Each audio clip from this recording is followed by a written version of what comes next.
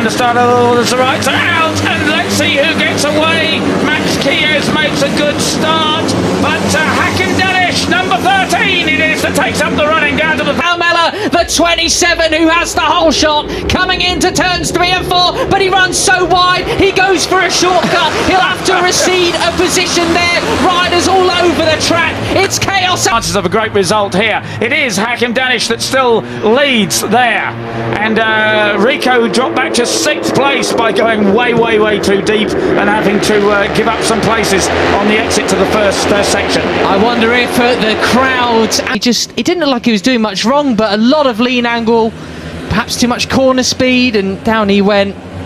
Anyway, that's his race, unfortunately. Wow, look at his fellow countryman, though. The 16-year-old Argentine Valentin Paro looking superb as he comes out onto the start way. He's looking very strong up front. And he does sit 3rd in the championship after Jerez. He took a podium, 2nd place in race 1. He backed it up with a sluggish start. But Brian Uriarte in 2nd place. And a whole pack then behind. He came from 10th, did Uriarte. Yes. That is a sensational start, isn't it? Absolutely superb. And then the 83, a whole pack of them all nose to tail. Now Le Mans, all about hard braking zones. We're about to come to one of the biggest as well, into Garage Vert. Peroni leading the way. Starts this time around in the race here in Le Mans, so that's good news. And Peroni has Uriarte right on his tail, but then also the 83 of Alvaro Carpe. Kies on the last lap, there's green everywhere through this double right. You cannot afford to put a wheel wrong anywhere there, otherwise you are... So it's definitely one of those, a bit of a deterrent there too, a natural one anyways. Right, so still 13 laps to go. They fan out. The Groff comes up the inside. Not a great first lap for Kies there. He got off the line well, but then was rather... So far this year, he is not a great starter. It's almost as if the nerves get the better of him, but it doesn't take long for them to dissipate. Only about half a lap or so before he starts fighting his way back through the field. It's like he has a bit of a switch. Warm and then go for it, because that's what he's doing now. Max Kies has the advantage over fellow countryman Uriarte. Down the back straight they come. Shimmering then. Look at this. There. Yeah, it is factor in this race as a result of that. And Salmela in 5th place, Moodley in 6th. Those two guys who we said coming in. Give a shout out to Pugliese in 8th position. He was on a Dommy's picks to look out for this weekend after a strong showing in free practice. He's just clinging on to the back of this leading. The 27. He's got to get on terms with that leading trio. Kies said that he was happy to run on his own. He was happy to get in a rhythm, and he would try. He's clawed his way back to 11th spot, has the number 70. Did see in the initial lap he got really bullied down the order, so he's clearly got his elbows back out. He's got Jack Fretisand just behind him, 2 for company. The Thai rider, number 20 in 12th. Championship back in Estoril last weekend. A rough run of luck so far in both championships for him so far this year, but he looks to be on the up again. Yeah, he was using all the road and a little bit extra there, but no green patch, so he'll have got away with that okay. And of course, said, isn't he? He said, you know, in the qualifying, he said, in practice I was very happy with the be fastest in the 2 free practice sessions. He said, I just didn't get the perfect lap together in the qualifying. I always found somebody just in the way when I didn't need it. He said, but it didn't. And Alvaro Carpe behind, but it doesn't look too long before they'll be joining the party and making it a 12-wheeler.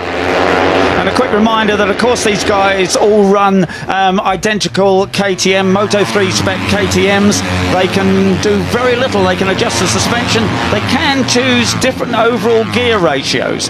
And last corner, this is first, but just when you go to second is depends on your gearing and just how quickly you are through the section.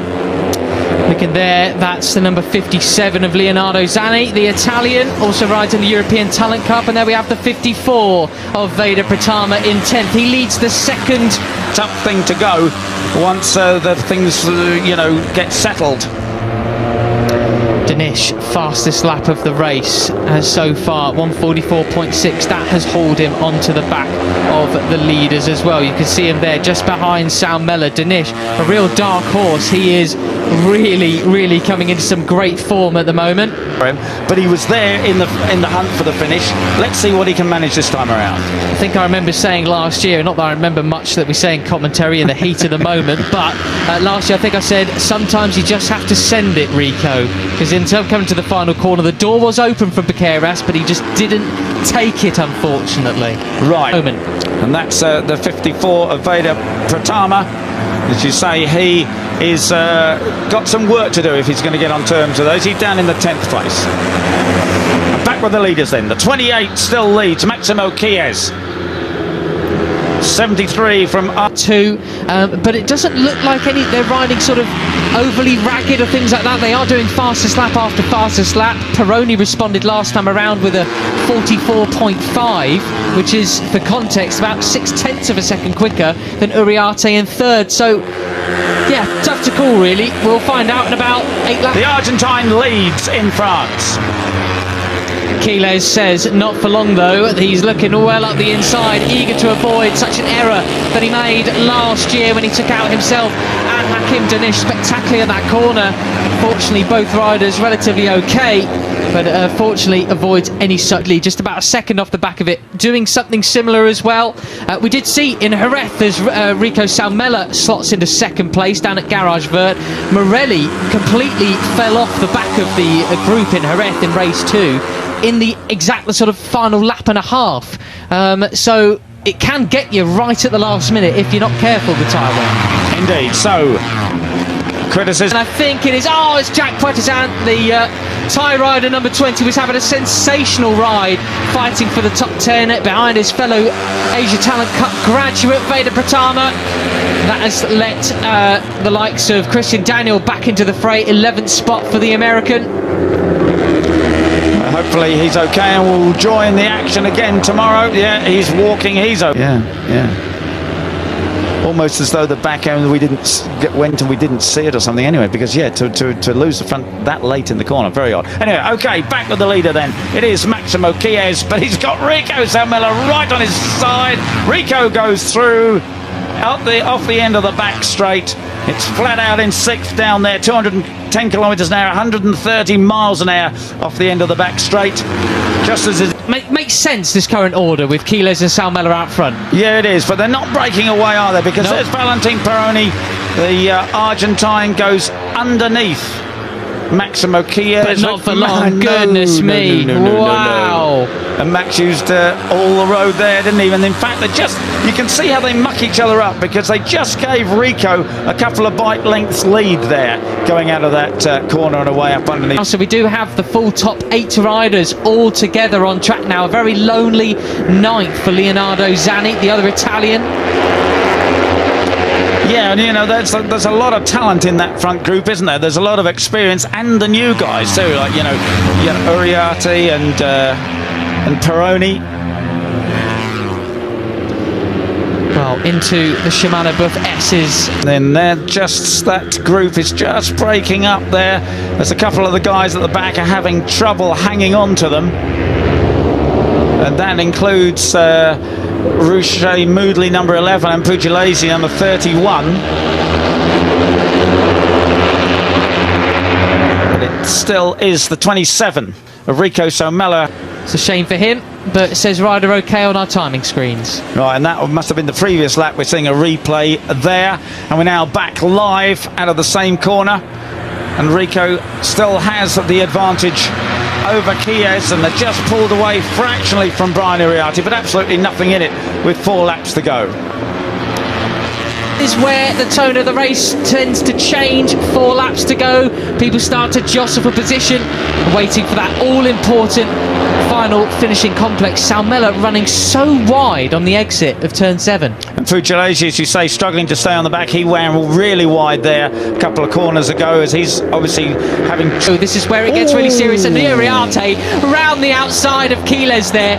That was very special indeed. That was brilliant. Yeah, and you know, you have to be so precise on those corners, and yet he proved me wrong, didn't he? Brian Uriarte there just, you know, seemed to find grit, seemed to find a line line where there isn't obviously one, and he was obviously concerned the fact that Rico perhaps is going to make a break of it. He wanted made the jump towards the group, although a bit too much of a jump there on the rear, on the exit of Garage Vert. He's overtaken Danish. He's into 6th spot. He got his first Rookies Cup podium here a year ago. He wants to go a few places better either today or tomorrow, but he's in the hunt for the win today. Surely he hasn't been playing it that cagey, can he, that he's just hanging back there. This is where the grip will start to dissipate in these final couple of laps. Who saved the most rubber for the final 2 laps of Rookies Cup Race 3 of 2024?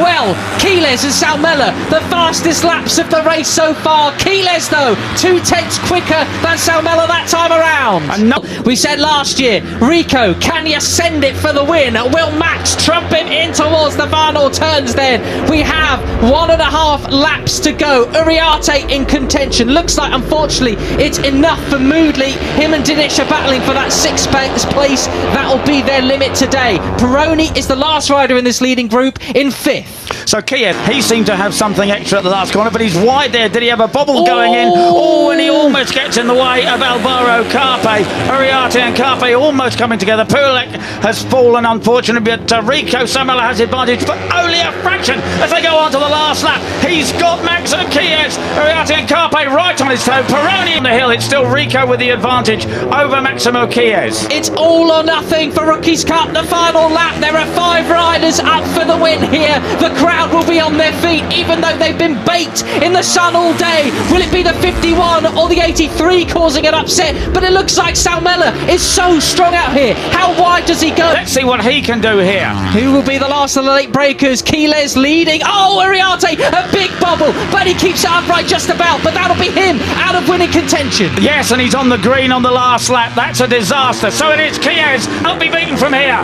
He gets out of it as long as he stays off the green. He's going to win. It's a short run to the flag, very short. And Maximo Kies wins over Rico Samela and Alvaro Carpe. That was a pain. He wins here in Le Mans. Brilliant stuff. Absolutely superb, son. And what will Rico have to say about that? Unfortunately, Max just got him. He was sitting behind him for quite a while, learning where he's good, where he needs to make a move. It looks like Rico had the better of him in the final sector, but apparently not. Maximo learned, he applied it, and he took the win.